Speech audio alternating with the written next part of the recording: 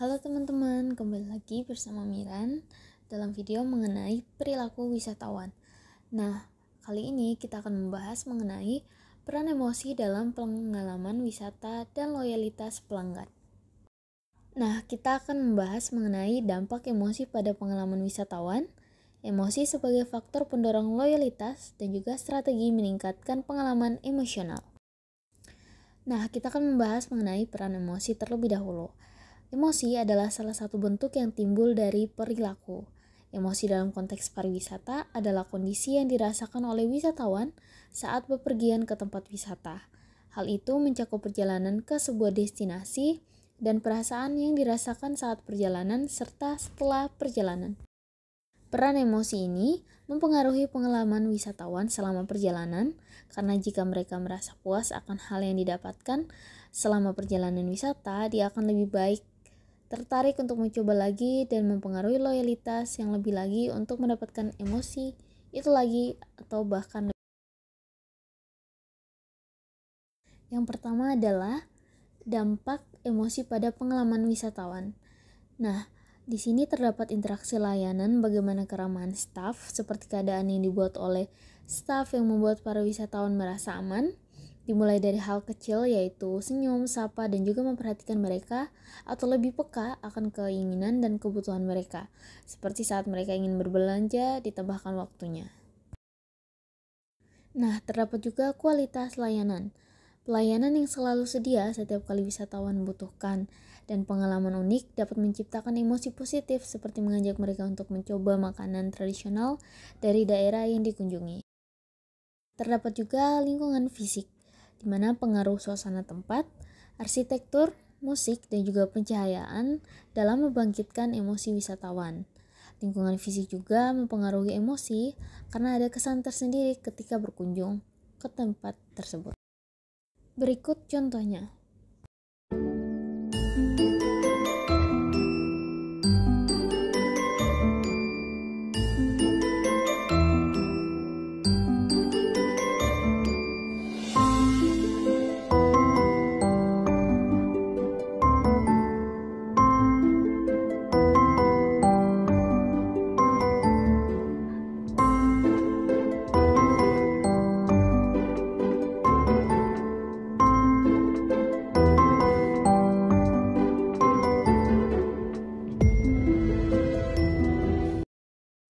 Yang kedua adalah emosi sebagai faktor pendorong loyalitas.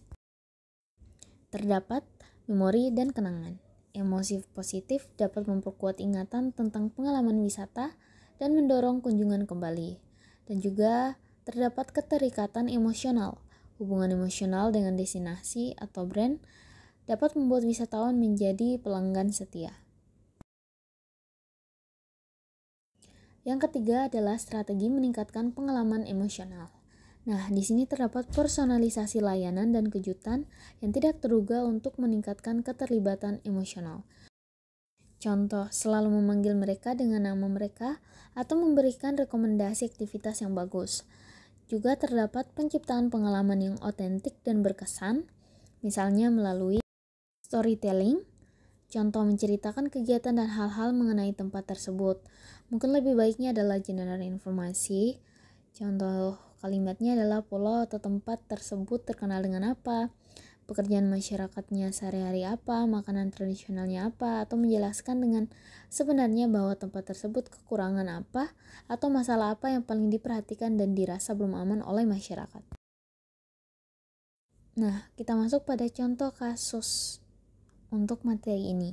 Mungkin aku mau share aja nih mengenai pengalaman emosi yang aku rasakan waktu SMK, di mana saat itu kami melakukan field trip dan destinasi pertama yaitu adalah Rumah Budaya, di mana saat itu kami disambut oleh local guide yang membantu menjelaskan tempat tersebut.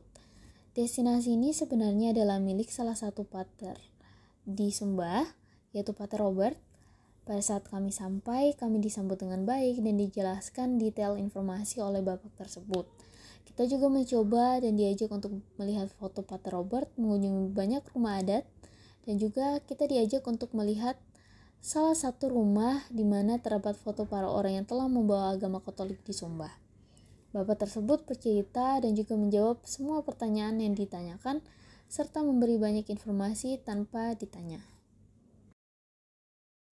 Nah, dari emosi perjalanan wisata ini memberikan dampak yang sangat besar, karena membuat seseorang akan tertarik dan ada kemauan untuk datang kembali. Seperti saya, ingin datang kembali untuk belajar dan ingin menggali lebih dalam mengenai budaya Sumba di masa lalu yang telah berkembang sampai sekarang. So, that's all for me.